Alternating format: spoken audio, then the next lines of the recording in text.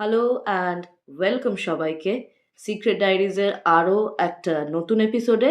আর আজকে সরাসরি আমরা চলে যাব একটা খুব সুন্দর কল রেকর্ডিংয়ে।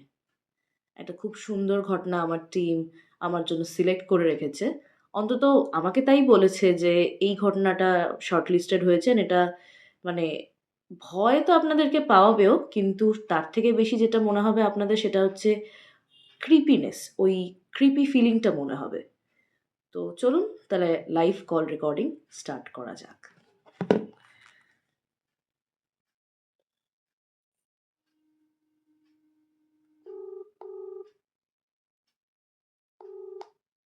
হ্যালো। হ্যালো।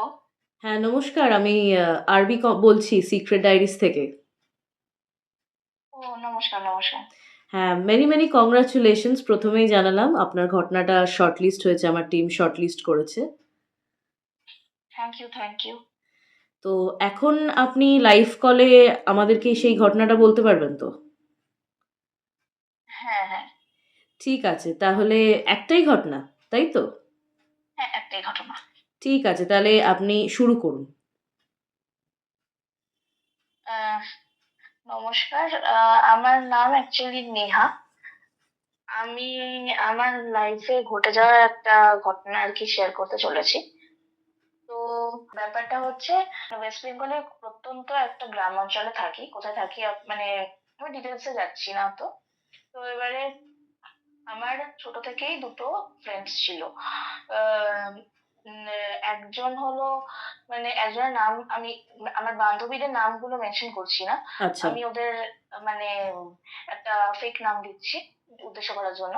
একজনের নাম হলো অনন্যা, আর একজনের নাম হচ্ছে রিয়া। আচ্ছা, তো আচ্ছা। আমরা তিনজন হলাম মানে ছোটবেলা থেকেই খুব ক্লোজ, একসাথে মানে বড় হয়েছি। আমরা এক প্রকার সপ্তম শ্রেণী থেকে একসাথে পড়াশোনা করি। হুম, তো হুম।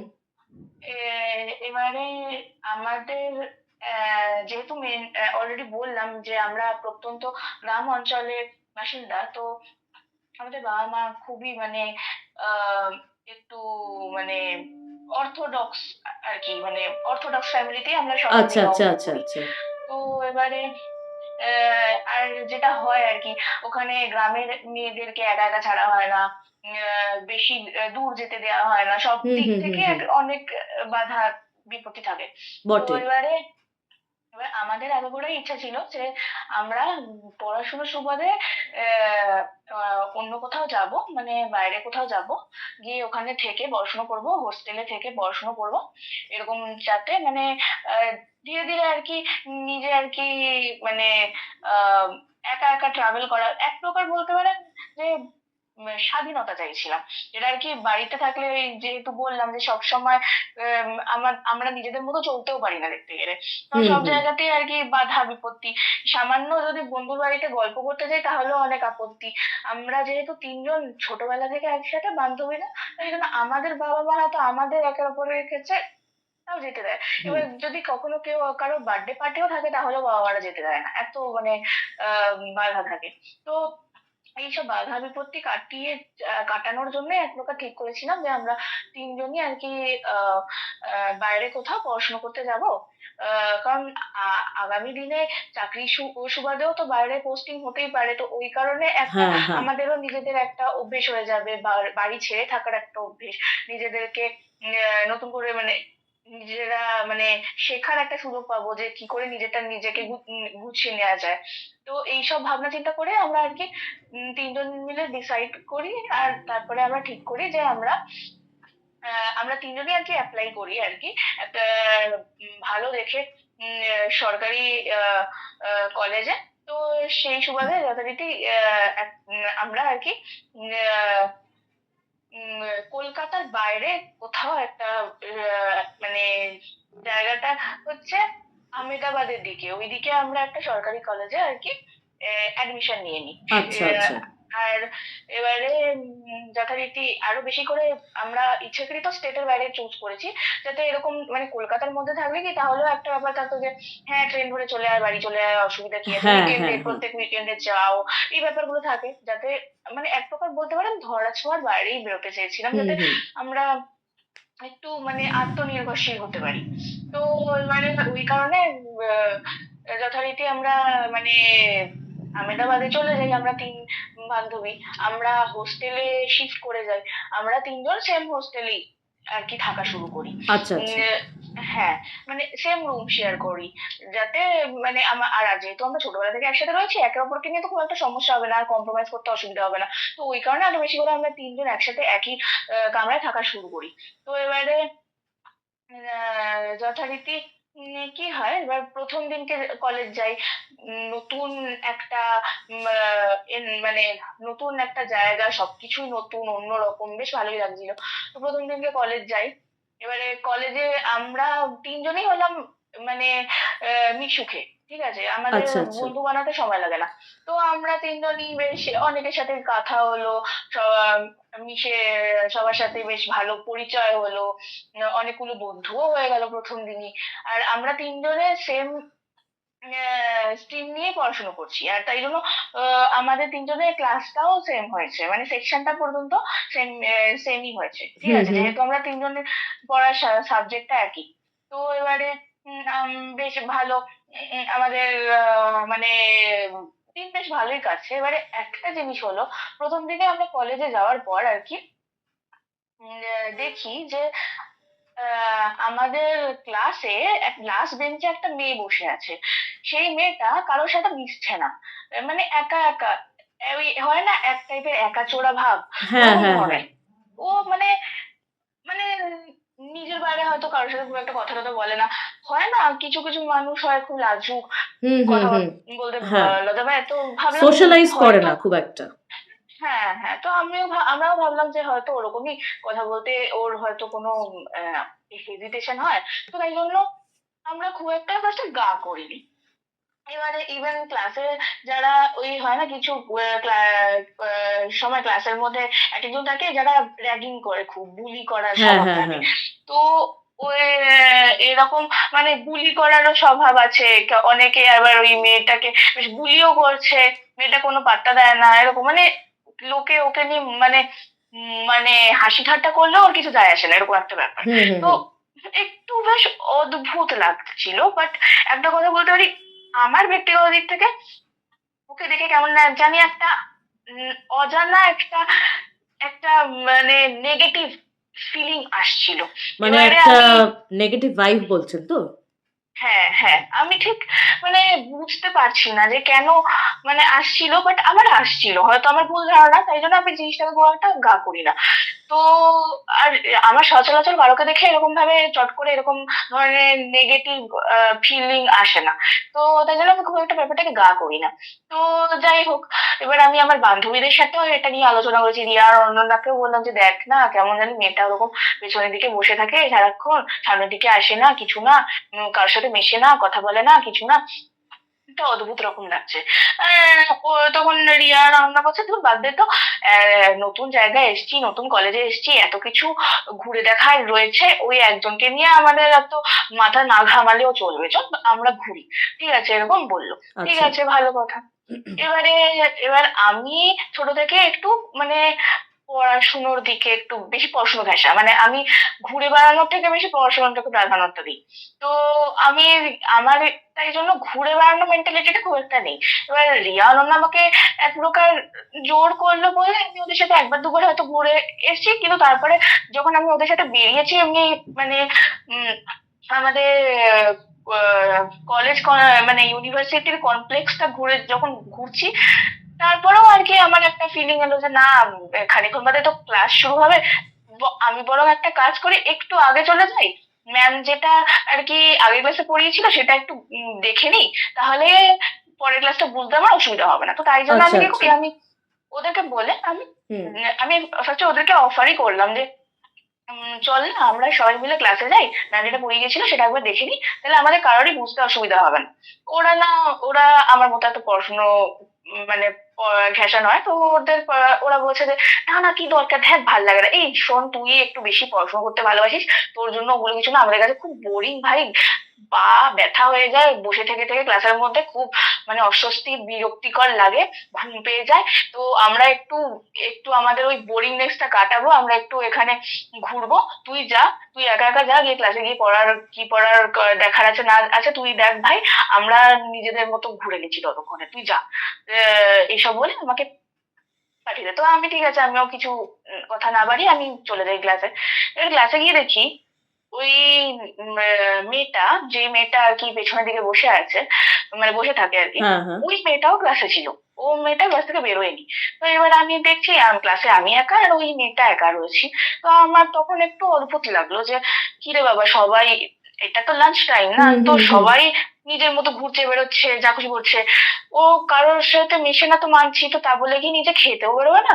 আমার একটু অদ্ভুতই লাগলো। তারপরেও আমি ভাবলাম যে যাই হোক, যেমনই হোক না কেন, নেগেটিভ ভাইব আসলেও শত হোক, ও আমাদের মধ্যেই একজন, ও আমাদের সাথে একই ক্লাসে যেহেতু পড়ে, তো আমার অন্তত উচিত ওর সাথে গিয়ে কথা বলা। সবার সাথে যখন আমি আলাপ করেছি, তাহলে ওকেই বা বাদ দেবো কেন? হুম, তো হুম, আমি হুম। যথারীতি মেয়েটার সাথে কথা বলতে যাই।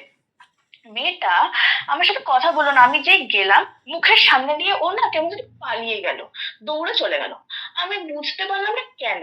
আমার না এটা একটু বিরক্তিকর লেগেছে যে কিরকম এটা অসম্মানজনক যে আমি একটা মানুষ তোমার সাথে কথা বলতে এলাম, তুমি তো নিজে থেকে ফার্স্ট অফ অল কথা বলছো না, তারপরে সেটাই। যখন আমি নিজে থেকে এক প্রকার আগ বাড়িয়ে যাচ্ছি, তুমি এরকম অসম্মান করে তুমি আমার মুখের সামনে দিয়ে চলে যাবে, এটা কিরকম ধর? এটা তো একটু অডও এই জিনিসটা দেখতে লাগলো আমার, টু বি অনেস্ট। হ্যাঁ, হ্যাঁ। তো আমি তাই জন্য, আর আমার একটু বাজেই লেগেছে, তো আমি খুব একটা ইয়ে করিনি। আমি আর ওর সাথে মানে আমি ফার্দার আর ওর সাথে নিজে থেকে কথা বলতে যাইনি। ভালো কথা। তো এবারে উম খানিকক্ষণ বাদে আমার বান্ধবীরা এসছে।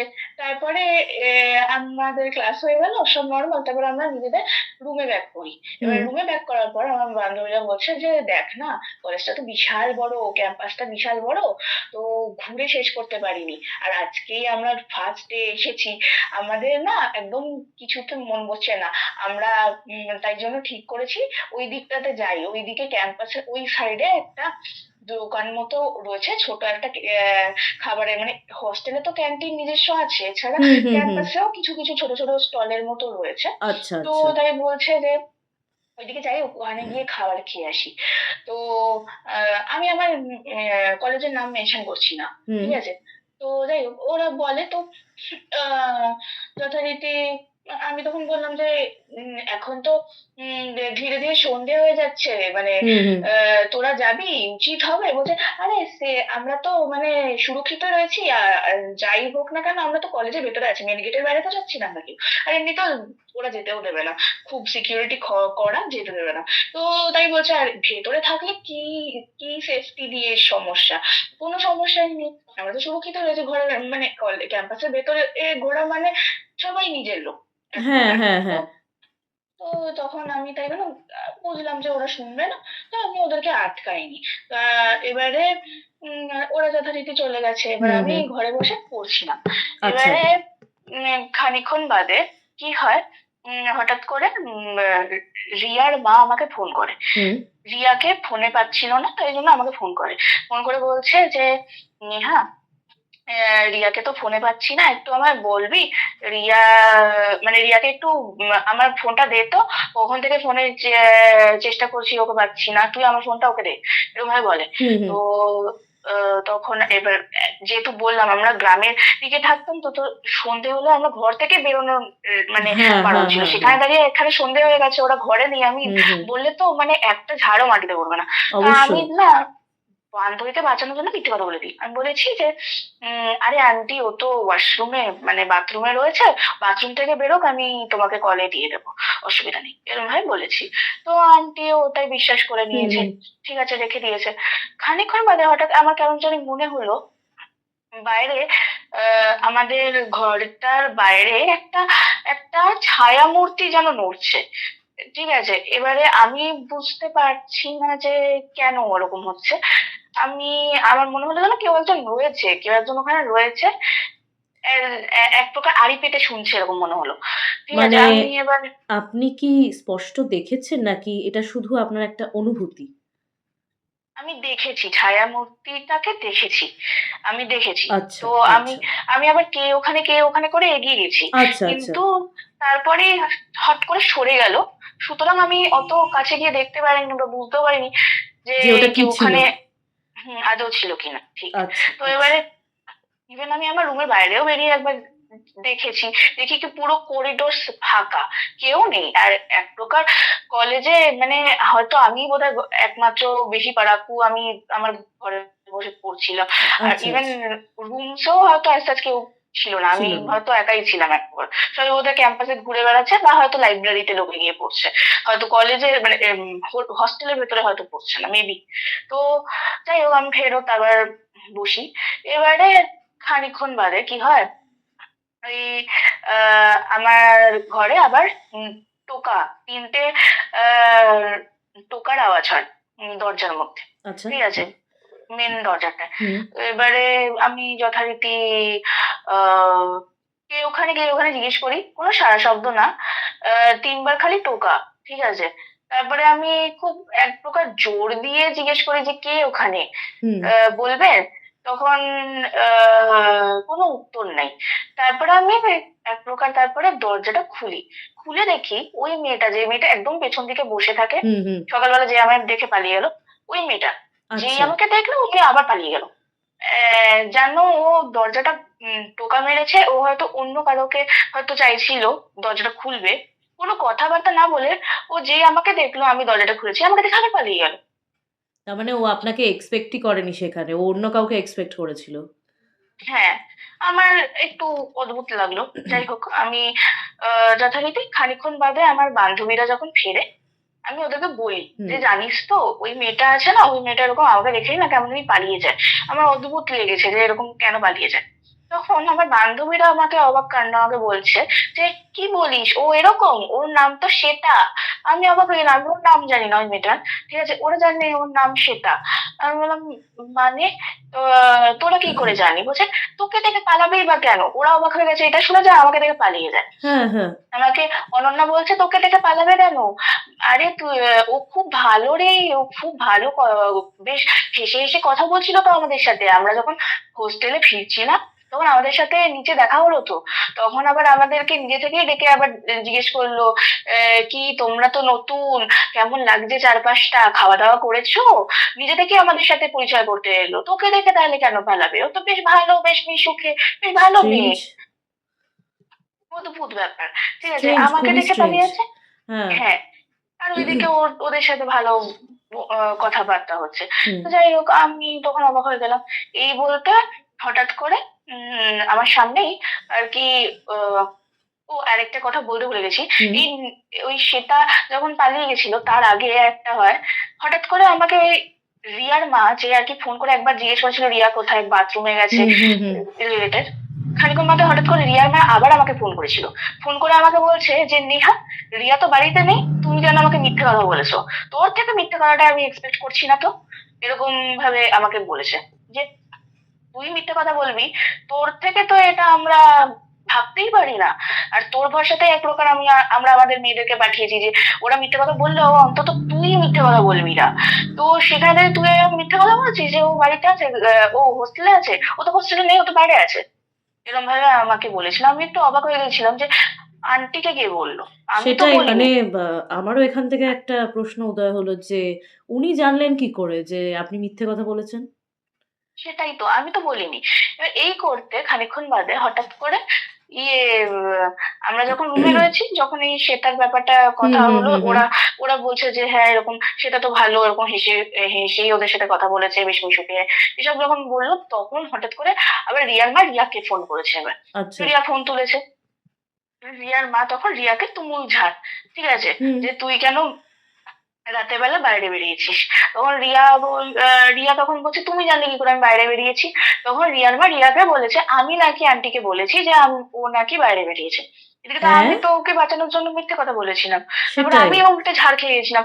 আর এখন রিয়ার মা ওকে মানে রিয়াকে বলছে যে আমি নাকি বলেছি। অদ্ভুত ব্যাপার। এবারে তখন রিয়া গেছে খোঁজছে, সেখানের মধ্যে আন্টি ফোনটা রাখার পরে আমাকে আমাকে বলতে শুরু করে দিয়েছে যে, "কি ভাই, তুই কেন এরকম আমার মাকে এরকম লাগিয়ে দিয়েছিস? তুই জানিস না নাকি আমাদের মা বাবা-মারা কতটা ব্যাকডেটেড, কতটা অর্থোডক্স, ওরা এরকম রাতের বেলা বেরোনোটা সহ্যই করে না, যতই জানুক না কেন যে আমরা সেফ আছি তার সত্ত্বেও রাতের বেলা একটা মানে ইস্যু ওদের হয়ই, ওরা করবেই। তার সত্ত্বেও তুই কেন মিথ্যে কথা বলেছিস?" এবার আমি কিছুতেই বোঝাতে পারছি না যে কোথাও একটা ভুল বোঝাবুঝি হুম, হচ্ছে। হুম, হুম। আমি মিথ্যে কথা বলিনি, আমি সত্যিই কিছু বলিনি, বরং উল্টে আমি তো খেয়ে গেছি কেস। হুম, হুম, হুম। আর সেটার জন্য আমার মনটাও খারাপ হয়ে গেছিল যে আন্টি এরকম ছোটবেলা থেকে আমরা এত স্নেহ করে, আর তারপরে আন্টি আমাকে দুম করে ওরম ভাবে শুনিয়ে দিল, আর বন্ধুর মায়ের থেকে শুনলে একটু খারাপ তো লাগবেই। তো অবশ্যই, হ্যাঁ। তো আমি কিছুতেই ওকে বোঝাতে পারলাম না। এই করতে হঠাৎ করে ওইদিকে অনন্যার মা অনন্যাকে ফোন করেছে। ফোন করে অনন্যাকে বকাঝকা করা শুরু হয়ে গেল যে, "তুই কেন ঘরের বাইরে বেরিয়েছিলি সন্ধ্যেবেলা? আম আমার কাছে সব খবর আছে", এরকম ভাবে বলেছে। তখন অনন্যা অবাক হয়ে গিয়ে বলছে, "তুমি জানলে কি করে?" হুম। তখন অনন্যার মা অনন্যাকে বলছে, "আমি নাকি আন্টিকে বলেছি যে ওরা দুজনেই বাইরে বেরিয়েছে।" এবারে অনন্যাও গেছে খোঁজে, দুজন মিলে আমাকে তখন মানে এক প্রকার আমার সাথে ঝগড়া করতে লেগে গেছে যে, "তোর কি হিংসা হচ্ছে আমরা বাইরে বেরিয়েছিলাম বলে? আমরা তো তোকে অফার করেছিলাম, আমাদের সাথে যাওয়ার জন্য তো বলেছিলাম, তুই তো যাসনি নিজের স্বেচ্ছায়। এখন আমরা যখন বেরিয়েছি তাহলে কেন তো তুই এত সমস্যা তৈরি করছিস? তোর কিসের এত সমস্যা?" এই করে আমার সাথে ঝগড়া করতে লেগে গেছে। এবার আমি কিছুতেই, আর আমার কাছে প্রমাণও নেই, আর যেখানে দুজনেরই প্যারেন্ট ওদেরকে বলেছে যে আমি নাকি ওনাদের জানিয়েছি। তো সেইখানে সেখানে তো তো আমি আরো হুম, অবিশ্বাস করার জায়গাই নেই কোনো। সেটাই তো। এবারে আমি আমি সত্যি জানি না যে কে এক্সাক্টলি ওনাদের জানিয়েছে। আর কারণ সবথেকে জানালেই বড় ব্যাপার হচ্ছে অনন্যার মা কিন্তু আপনাকে ফোন করেনি। না, অনন্যার মা তো আমাকে ফোনও করেনি। হ্যাঁ। ওটাই তো, কে জানিয়েছে আমি জানি না। হুম। ঠিক আছে? এটা রহস্য। কারণ হিসেব মতো দেখতে গেলে ফোন নাম্বার তো আম আ ওনারা বলছে আমি বলেছি। তারপরে আমি যদি ধরে নিই আমি সেজে অন্য কেউ কথা বলেছে, তাহলে ফোন নাম্বার তো আমার ফোন থেকে কোথায় কি করে সে পাবে? সেটাই, সেটাই। তো এটা অদ্ভুত। এই ঘটনা ঘটার পর খুব তুমুল ঝগড়া হয়েছে আমাদের মাঝখানে। পুরো রাত অব্দি, মানে বলতে পারেন আর না হলে আমরা রাত্রি 12:30 1টা অব্দি ঝগড়া করেছি। তখন উম রীতিমতো মানে এক প্রকার বিরক্ত হয়ে, মানে পাশের রুম থেকে মেয়েরা আসছে, এসে বলছে, "কি হচ্ছে? আপনারা এত ঝগড়া কেন করছেন? এরকম আমাদের অসুবিধা হচ্ছে, আমাদের পড়াশোনা ব্যাঘাত ঘাটছে, বা আমাদের ঘুমাতে পারছি না আপনাদের আর চেঁচামেচির জন্য", হুম, এসব হুম, করে হুম। করছে। মানে জীবনে আমাদের ১ম বার অত বড় ফাইট হয়। ঠিক আছে? এই করতে হঠাৎ করে নিচের তলা থেকে ওই শ্বেতা নামক মেয়েটা হুম, হুম। ও আসে। ও এসে আমাদের ঘরে টোকা মারে ওই দরজায়। যথারীতি অনন্যা দরজা খোলে এবারে। আর তখন সেটা অনন্যাকে জিজ্ঞেস করে যে, "কি হয়েছে? তোরা চেঁচাচ্ছিস কেন?"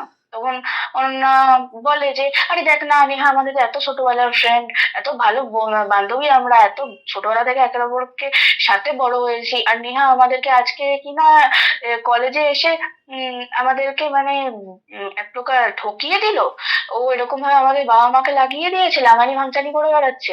ওটা তো ওর থেকে মানে ভাবাই যায় না। হুম, আমরা হুম। এটা বিশ্বাসই করতে পারছি না যে আমাদের বান্ধবী এরকম করছে। কলেজে আসার মানে রাতারাতি ও পাল্টে গেল এরকম ভাবে। এরকম ভাবে বলেছে আমার হুম। নামে। তখন সেটা কোনো কিছু আগে অগ্রপশ্চাৎ না ভেবেই দুম করে ওদেরকে বলে বসে যে, তাহলে একটা কাজ করো। সত্যি তো তোমাদের বান্ধবী নেহা তোমাদেরকে ঠকিয়েছে, তো ভুলই করেছে, তো ঠিক করেনি। তাহলে একটা কাজ করো, তোমরা আমার রুমে শিফট করে যাও। আমি তো আমার রুমে একা থাকি, তোমরা বরং আমার রুমে শিফট করে যাও। তখন আর অনন্যা আর আ উম রিয়া রীতিমতো ওই টাইমে আমার উপর এত রেগেছিল, ওরা রীতিমতো মানে অগ্রপশ্চাৎ ভাবলোও না যে আমি ছোটবেলায় ওদের বান্ধবী হই। আর এইরকম একটা ম্যাটারে, আমাদের নিজেদের ম্যাটারে একটা থার্ড পারসন কে তো ইন্টারফেয়ার করতে দেওয়া হুম, হুম, উচিত হুম, না। হুম। সেখানে এইসব কথা না ভেবে যেই সেটা বললো অমনি ওরা রাজি হয়ে গেল। সঙ্গে সঙ্গে হমি-তমি করে লাগেজ ফাগেজ গুছিয়ে ওরা সেটা রুমে চলে গেল। আচ্ছা। এবারে এবারে যথারীতি আমার খুবই খারাপ লেগেছে। আমি একা হয়ে গেলাম। ওরা হুম, হুম, হুম। দুজন সেটার সাথে তখন থাকা শুরু করলো। ওরা এক প্রকার মানে মানে আমি এক প্রকার মানে রিপ্লেস হয়ে সেটা আমার জায়গায় চলে এলো। তো এবারে ব্যাপারটা হয় এরকম, দিন দিন ওদের মানে বেশভূষণও পাল্টাতে লাগে। মানে একটা টাইমে ওরা খুব মানে, সেই বললাম গ্রামীণ অঞ্চল থেকে আমরা আসা। আমরা কখনো মানে মানে খোলামেলা জামা পরে পরে বড় হইনি। হ্যাঁ, রিভিলিং আমাদের কাছে ক্লোথস পরেন না। হ্যাঁ, সালোয়ার স্যুটটাই আমাদের মেইন। তো সেখানে দাঁড়িয়ে ওরা সালোয়ার বা শাড়ি এসব বাদ দিয়ে ওরা মিনি স্কার্ট পরা শুরু করে দিল। হঠাৎ করে খোলামেলা জামা পরা শুরু করে দিল। আচ্ছা। উম ওদেরকে নাকি সেটা ব্যবস্থা করে দিয়েছে। ওরা কিনে ওখানে পড়া শুরু করে দিল। শুধু তাই নয়, ইভেন ওরা রীতিমতো অনেক রাত অব্দি জেগে বয়েজ হোস্টেলে আড্ডা দিতে যাওয়া শুরু করে দিল। ওরা দিনের পর দিন একাধিক ছেলের সাথে মেলামেশা করা শুরু করে দিল। আচ্ছা। যেখানে কিনা ওরা খুব মানে সংস্কারী ছিল এক প্রকার, যে মিশি না আমরা ছেলেদের সাথে কথা বলা তো দূর কি বাত হ্যাঁ, ঠিক করে মানে তাকাই পর্যন্ত না, কারণ আমাদের ওরকম ভাবে বড় হয়েছি আমরা। সেখানে দাঁড়িয়ে কারণ আমরা জানি যে আমরা আমাদের মানে বাবা মারা বিয়ে দিয়ে দেবে, and সেইটাই হবে সব। এইরকম এইসব ব্যাপার একদম ভাবাই যায় না। তারও বড় কথা, আমরা ছিলাম পিওর ভেজ। হুম। ঠিক আছে? সেখানে ওরা হঠাৎ করে মাংস খাওয়া শুরু করে দিল। চিকেন, মাটন এসব খাওয়া শুরু করে দিল। শুধু তাই না, এখানেই খালি থামেনি, ইভেন ওরা ড্রিঙ্ক করা শুরু করে দিল। এক প্রকার যেটা আমি আমার যে চোখে মানে আমার দিক থেকে দেখে বুঝলাম যে সঙ্গদোষ। আচ্ছা, হয় আচ্ছা। ওই সেটার ইনফ্লুয়েন্সে ওরা ওরকম পাল্টে যেতে লাগলো। হুম। আর যেটা হয়, তুমি এরকম একটা মানে কেয়ারফ্রি লাইফ জীবন যাপন করছো, তো সেখানে দাঁড়িয়ে তো তোমার মার্কসও তো পড়ে যাওয়ারই কথা না। অবশ্যই। স্বাভাবিকভাবে রেজাল্ট খারাপ হতে লাগে। বাট ওরা বাড়িতে মিথ্যে কথা বলে যায় দিনের পর দিন, যে না না আমাদের তো রেজাল্ট খুব ভালো আসছে, মা বাবা চিন্তা করো না, আমরা ভালোই রেজাল্ট করছি। এরকম বাড়িতে মিথ্যে কথা বলতে লেগে যায়। হুম, হুম। আর এদিকে এরকম করে বেড়াচ্ছে, মানে এতটা মানে আকাশ পাতাল তফাৎ হয়ে গেছে। শুরুর দিকে কিরকম ছিল, যে আর এখন কিরকম হয়ে গেল, যে একটা বিরাট মানে চেঞ্জ। রাতে হ্যাঁ। এবারে কি হয়, এবারে যথারীতি সেমিস্টার একটা করতে করতে ৬টা মাস কেটে গেছে, একটা হুম, হুম। সেমিস্টার পেরিয়ে গেছে। সেমিস্টারের পরে যে ছুটিটা হয় ওই সেমিস্টার ব্রেক, ওই সময়টাতে আমি মানে আমি কেন, পুরো সব স্টুডেন্টরাই আর কি বাড়ি যায়। হুম, ঠিক হুম, আছে? হুম। তো আমিও তাই বাড়ি যাওয়ার প্ল্যানিং করে আমিও বাড়ি যাব। হুম, ওরা বাড়ি পর্যন্ত ফেরে না, ওরা রয়ে যায়। ওরা ওই সেটার সাথে রয়ে যায়, বাবা মাকে মিথ্যে কথা বলে, জানায় যে আমাদের এক্সট্রা পড়াশুনো আছে, এক্সট্রা প্রজেক্ট করতে হবে, এই হবে ওই হবে, সেই জন্য ফিরতে পারবো না, এসব জানায়। আচ্ছা, আচ্ছা। তো কিন্তু আমি কোনো মিথ্যে কথা না বলে আমি বাড়ি ফিরে যাই। হুম, হুম। আমি বাড়ি ফিরে যাই। এবার যখন আমি ফিরে এসেছি বাড়ি, যথারীতি আমার বাবা-মা যেমন আলাদা আটখানা হয়েছে, এতদিন বাদে মেয়ে ফিরেছে বাড়িতে, সেরকম ভাবে ওদের বাবা-মাও আমার সাথে দেখা করতে এসেছে। যেহেতু ওরা ফেরেনি, তাই আমার সাম আমার সা মানে আমার সাথে দেখা করে সামনাসামনি খোঁজ নেয়ার জন্য মেয়েদের, যে ওরা কেমন আছে? সত্যি ওরা ভালো আছে তো? এসব নিয়ে মানে চিন্তা তো হয় সকল বাবা-মার। তো অবশ্যই। ওইজন্য কথা বলতে এসেছিল। এবার আমি আর ঠিক করলাম যে না, ওরা যে হারে মানে ওদের মানে একদিনের জন্য আমি মিথ্যে কথা বলে দিয়েছিলাম সেটা একরকম। আর এখন ওরা যেরকম জীবন যাপন করছে, মানে রিয়েলি এটা এরকম চলতে থাকলে তো ওরা হয়তো মানে পাসও করতে পারবে না কলেজ থেকে। হুম, তো হুম। ওইটা এক প্রকার আমার চিন্তা হয়। তো আমার জেনুইন চিন্তা থেকে আমি ওর বাবা-মাকে মানে তখন আরকি আর মিথ্যে না বলে আমি সব সত্যি কথা বলে দিই যে, "আঙ্কেল আন্টি ওরা মিথ্যে কথা বলেছে তোমাদেরকে, এরকম কোনো ব্যাপার না। ওদের এতটা মানে পাল্টে গেছে, ওরা এই করে বেড়াচ্ছে।" সব কথা বলে দিই। একটা কথাও আমি গোপন করি না। সব কথা আচ্ছা, বলে দিই। আচ্ছা, ওদের আচ্ছা। ভালো ভেবেই করি, যাতে, কারণ আমি জানি এবারে বাবা-মা কোনো স্টেপ নিলে হয়তো খারাপের জন্য নেবে না। হুম, হুম। প্লাস আমি তো কন্ট্রোল করতে পারছি না। ওরা তো আমার কথা শুনছেই না। আমার না, সাথে না, সম্পূর্ণ না, না। কাট অফ করে দিয়েছে। আমার সাথে ত্রিসীমানায় বসে না ওরা এখন। আর সম্পূর্ণ সেটার সাথে চিপকে থাকে। তো তাই আর সেটাও ইচ্ছে করে আমার আমার ওদের সাথে মিশতে দেয় না। মানে আমি ওদের সাথে ইভেন যদি কথা বলার চেষ্টাও করি, সেটা ওদেরকে নিয়ে অন্যদিকে চলে যায়। এরকম মানে আচ্ছা, আচ্ছা। কথাই বলতে দেয় না। তো তাই জন্য আমি বাধ্য হয়ে আরকি বলি এই কথাগুলো। সব কথা খুলে বলি। আরো বেশি করে, কারণ তারপরে দেখা যাবে যদি আমি না বলি, আঙ্কেল আন্টি আমাকেই দায়ী করবে। কারণ ওনাদের ধারণা যেহেতু আমি পড়াশোনায় ভালো, আমার সাথে ওরা সারাক্ষণ থাকে, তাহলে আমার সাথে থেকে থেকে আমার মতো ওরা পড়াশোনা হুম হুম হুম হুম মানে ইমপ্রুভ করবে। তো সেখানে দাঁড়িয়ে আর তারাও বেশি করে আমি যেহেতু ওনাদের ধারণা যে আমি নাকি ওদের তুলনায় একটু রেসপন্সিবল বেশি। তো তাই জন্য আমি যেহেতু একটু বেশি দায়িত্ববান, তাই আমার দায়িত্বে ওদেরকে পাঠিয়েছিল এক প্রকার। তো সেখানে দাঁড়িয়ে আচ্ছা আচ্ছা আমিও ইনিশিয়েটিভ নিয়ে বলেছিলাম, হ্যাঁ আমরা যাবো, কিছু হবে না, চিন্তা করো না, আমরা সব ঠিক থাকবো। সেখানে দাঁড়িয়ে এরকম হিতে বিপরীত হয়ে যাচ্ছে, তো আমার তো বলাটা দরকার। আমি তো বলবো, তোকে দায়িত্ব দিয়ে পাঠালাম, তুই আমাদের কেন জানালি না, বলতেই পারে। তো ওই জন্য আমি কোনো কথা গোপন না করে সব কথা বলে দিই।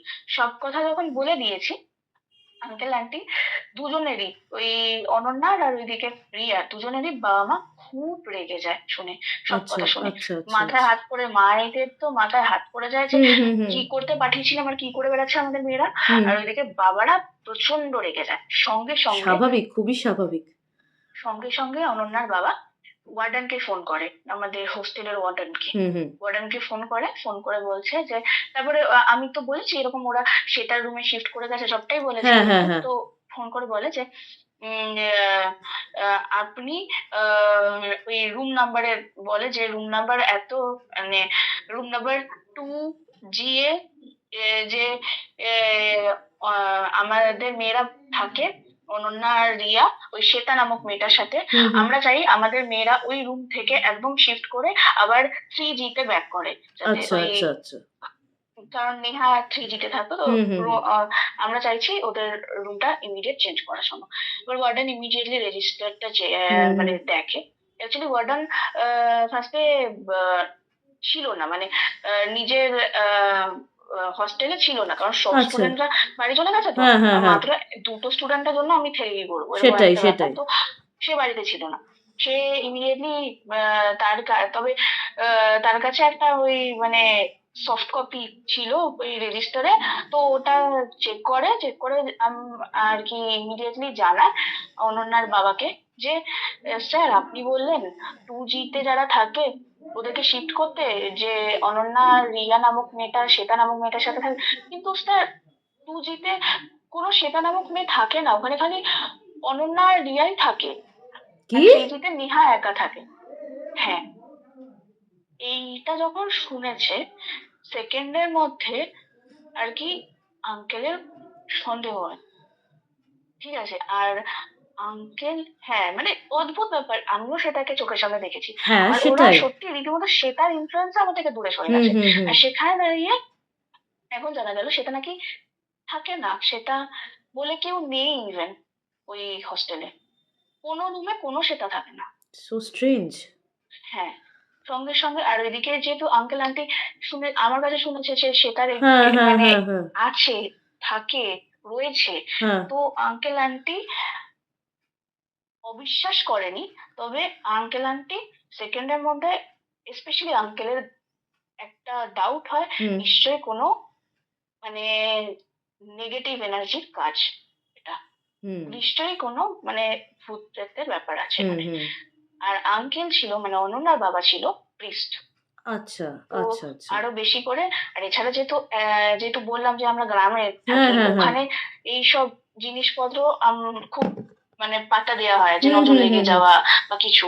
তো ওই অবশ্যই জন্য আরো বেশি করে তখন আর আঙ্কেল আন্টি আর এক সেকেন্ডও দেরি না করে সঙ্গে সঙ্গে আর কি তৎকালে টিকিট কেটে আমেদাবাদে রওনা দেয়, আচ্ছা আমাকে আচ্ছা সাথে করে নিয়ে যায়।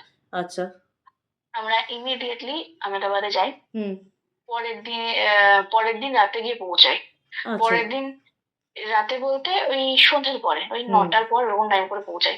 আমরা সোজা হস্টেলে যাই, আর মানে ওই কলেজে যাই, ওই কলেজের হস্টেলে। আর ওই ওয়ার্ডেনও সঙ্গে সঙ্গে আসে। হ্যাঁ ওয়ার্ডেন কারণ যখন শুনেছে আর এরকম একটা ব্যাপার যে এরকম ওই দুটো মেয়ে একা রয়েছে, আর তারপরে আবার এরকম আরেকটা থার্ড মেয়ের নাম করা হ্যাঁ হয়েছে, হ্যাঁ এই হ্যাঁ ওয়ার্ডেনেরও একটা সন্দেহ লাগে। তো ওয়ার্ডেন আসে, আর ওয়ার্ডেন খুব মানে মানে কোঅপারেটিভ ছিল। আচ্ছা আচ্ছা আচ্ছা এবারে যাওয়ার পর ওখানে আর কি আমরা ভেতরে গেছি 2G তে। তখন গিয়ে যে দৃশ্যটা দেখলাম কল্পনার বাইরে। তখন দেখি রীতিমতো রিয়া আর অনন্যা বসে বসে কাঁচা মাংস খাচ্ছে রুমের মধ্যে, ব্লাড কাঁচা মাংস ড্রপস পড়ে কাঁচা মাংস খাচ্ছে। রুমের মধ্যে রক্তে আহ, ছিটে পড়ে আছে। তখন আর কি আঙ্কেলের আরো বুঝতে অসুবিধা হয় না যে তার মানে ওদের উপর কিছু ভর করেছে। ঠিক আছে? সঙ্গে অবশ্যই। সঙ্গে সঙ্গে সঙ্গে আঙ্কেল আর কি আগে অনন্যাকে আর কি ধরে। আচ্ছা। অনন্যা তো মানে ছিটকে ছিটকে চলে যাবে, বাট আঙ্কেল কি করে কিছু ওই মানে ওই শান্ত করার জন্য একটা কার, মানে ওই দড়ি, মানে দড়ির মতো একটা জিনিস আর কি বেসিক্যালি নিয়ে যায়। নিয়ে ওটা দিয়ে অনন্যাকে চেপে বাঁধে। ঠিক আচ্ছা, আছে? আচ্ছা, আচ্ছা। চেপে, আর অনন্যা তার মধ্যে দিয়ে আর কি কেমন অদ্ভুত একটা আকারে হা হা করে হেসে ওঠে, যে আর বলছে যে কিচ্ছু করতে পারবি না তুই, এসব বেকার, কিচ্ছু করতে পারবি না তুই, এরকম এরকম বলতে লাগে। ওর বাবারে! বাবাকে এরকম ভাবে বলছে। ওইদিকে ওইদিকে রিয়াকে কোথাও দেখা যাচ্ছে না। রিয়া একটু আগেই দেখা গেল ওরা একসাথে বসে খাচ্ছে। হ্যাঁ, রিয়াকে কোথাও দেখা যাচ্ছে না। তো আর হ্যাঁ, চোখের নিমেষে উধাও? হ্যাঁ, হ্যাঁ, ওরকম মনে হচ্ছে। আর অনন্যা আর রিয়া দুজনেরই চোখের তলায় কেমন জানি ডার্ক সার্কেলস পড়ে গেছে, একটা কালচে কালচে হয়ে গেছে। আচ্ছা। দেখে মনে হয় যেন অনন্যা খুব ডিপ্রেশনের মধ্যে রয়েছে। হ্যাঁ। আর রিয়াকে দেখে রিয়া আগের থেকে অনেক খিটখিটে হয়ে গেছিল। ঠিক আছে? আচ্ছা, তো আচ্ছা। তো অনন্যা বলছে কিচ্ছু করতে পারবি না, কিচ্ছু না, এরকম এরকম বলতে লাগে। হ্যাঁ, আর ওইদিকে রিয়ার বাবা রিয়াকে খোঁজে, রিয়া রিয়া কোথায় গেলি এরকম ভাবে ডাকতে লাগে। হ্যাঁ। তখন হঠাৎ করে আওয়াজ আসে, এই তো বাবা আমি এখানে। তারপরে তাকিয়ে দেখি যে ওদের ঘরে যে আলমারিটা ছিল, আলমারির ওপরে রিয়া উঠে বসে আছে। বাপরে! আহ, কেমন একটা মানে হামাগুড়ি কাটা পোস্টারে রিয়া আলমারির ওপরে বসে আছে। ওইটা দেখে সঙ্গে সঙ্গে আর কি রিয়ার বাবা বলে, তুই কি করছিস, তুই নিচে নাম, তুই নিচে নাম, পড়ে যাবি তো, নিচে নাম।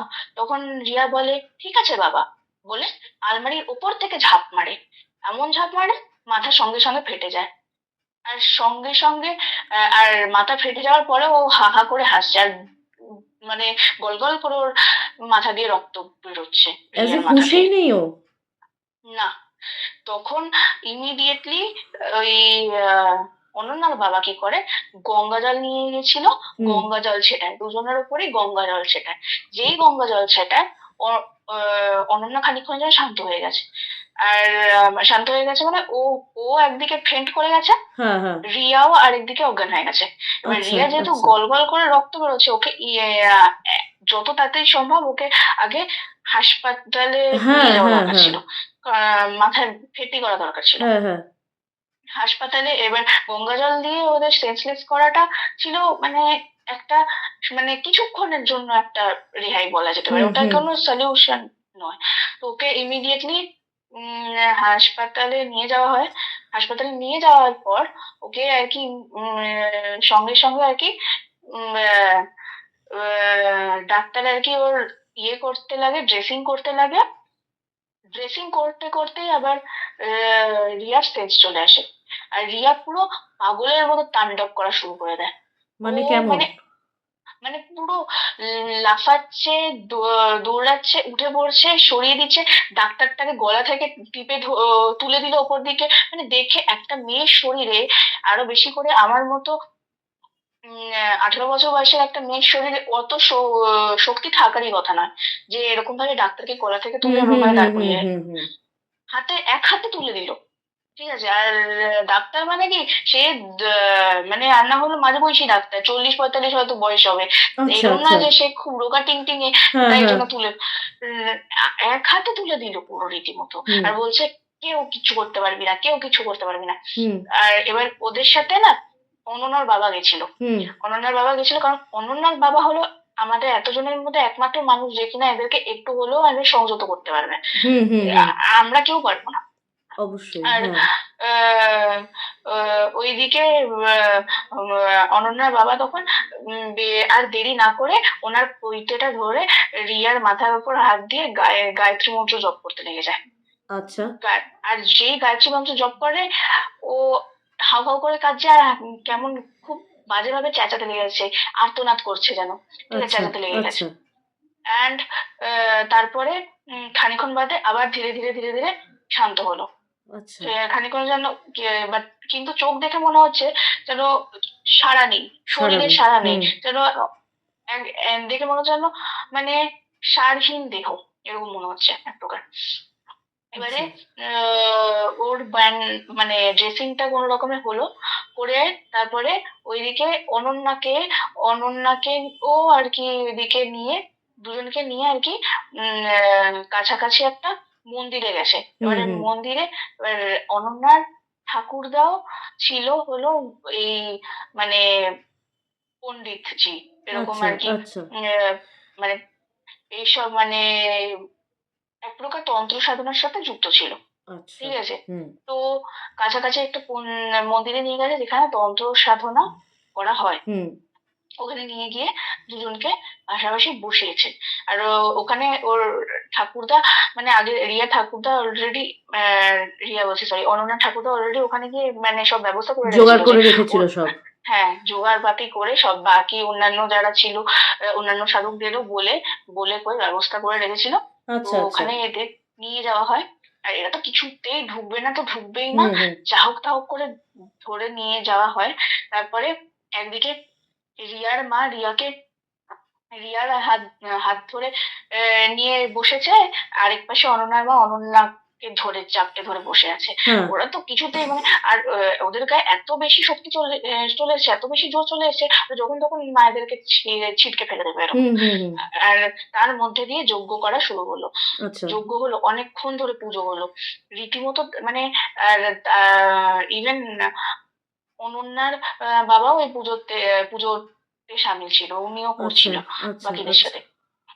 তার মধ্যে দিয়ে মানে কতটা মানে কষ্টকর, অনন্যা ওর মধ্যে দিয়ে আবার নানান টাইমে নানান মানে গলা করে কথা বলছে, মানে হ্যাঁ একটা হ্যাঁ টাইমে একরকম অন্যরকম গলা করে কথা বলছে, আরেক হ্যাঁ টাইমে নিজের গলা করে কথা বলছে। যখন নিজের গলা করে কথা বলছে রীতিমতো মানে মায়া জালে বাঁধার চেষ্টা করছে যেন, নিজের গলা করে যখন কথা বলছে তখন বলছে, বাবা আমাকে বাঁচিয়ে নাও বাবা, আমি পারছি না, আর নিতে হ্যাঁ পারছি না, আমাকে কিন্তু বাঁচিয়ে এই দিও, আমি জিনিসটাই পারছি ট্রাস্ট না। করা উচিত না।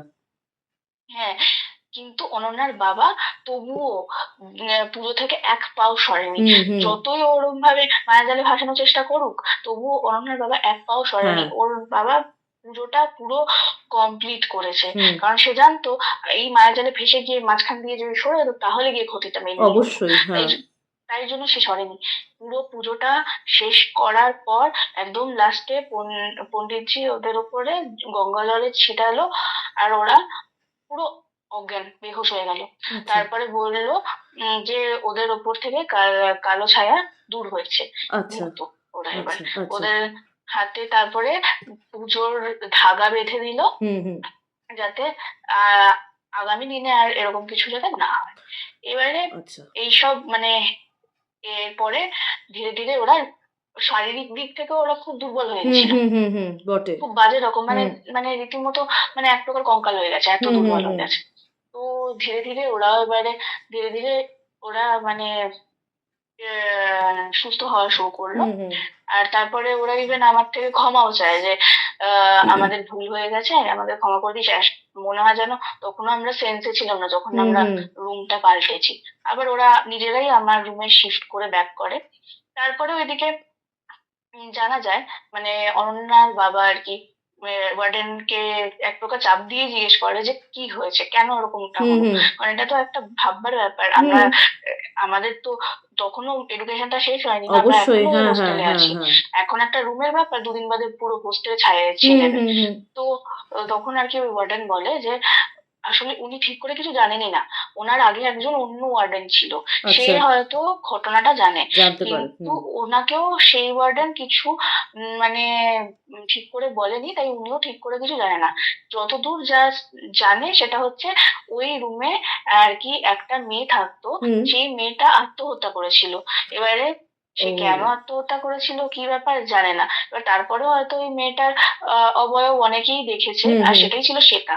ঠিক আচ্ছা আছে? আচ্ছা তাকে হয়তো অনেক রকম ভাবে দেখেছে, সে হয়তো সবাই কারোকে জানান দিতে চায় না যে সে নেই, সে হুম সবার মধ্যে আছে, সেটাই সে আর কি তুলে ধরার চেষ্টা করে। বুঝতে তো পেরেছি এবারে কিন্তু ডিটেলসে যে কেন এরকম করছে বা কিসে প্রতিশোধ সে খুঁজছে, কেন এরকম কি একটা এফেক্ট ফেলছে সেসব কিছু উনি জানে না। হুম উনি হুম তো তারপরে ইভেন রিয়া আর অনন্যা দুজনের বাবা মার কাছেই ক্ষমা চেয়েছে যে আর হাত জোর করে মানে আহ, অনুরোধ করেছে যাতে ওনারাও কারোকে যাতে এই ব্যাপারে কিছু না না বলে, বলে হুম তাহলে ওইখানে ওই হোস্টেলে থাকা তো বন্ধ হয়ে যাবে এক প্রকার। হুম তো তাই জন্য আর কি এরকম এই হয়েছে।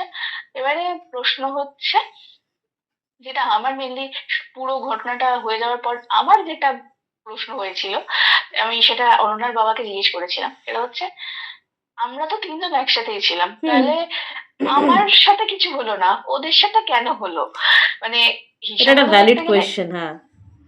হিসাব মতো দেখতে গেলে আমাদের তিনজন, ওরা দুজন আহ সাফার করলো, আমি মাঝখান থেকে বেঁচে গেলাম, এটা হ্যাঁ কি করে হ্যাঁ হয়? হ্যাঁ তো আঙ্কেল তারপরে আর কি বলে, তারপরে আমার দেখায় আমার হাতে একটা ধাগা ছিল, যেটা আচ্ছা কি হার হামেশা পরি। এবারে আচ্ছা কি, আমি জানি ওটা কোনো পুজোর ধাগা, কিন্তু কিসের আমি জানি না।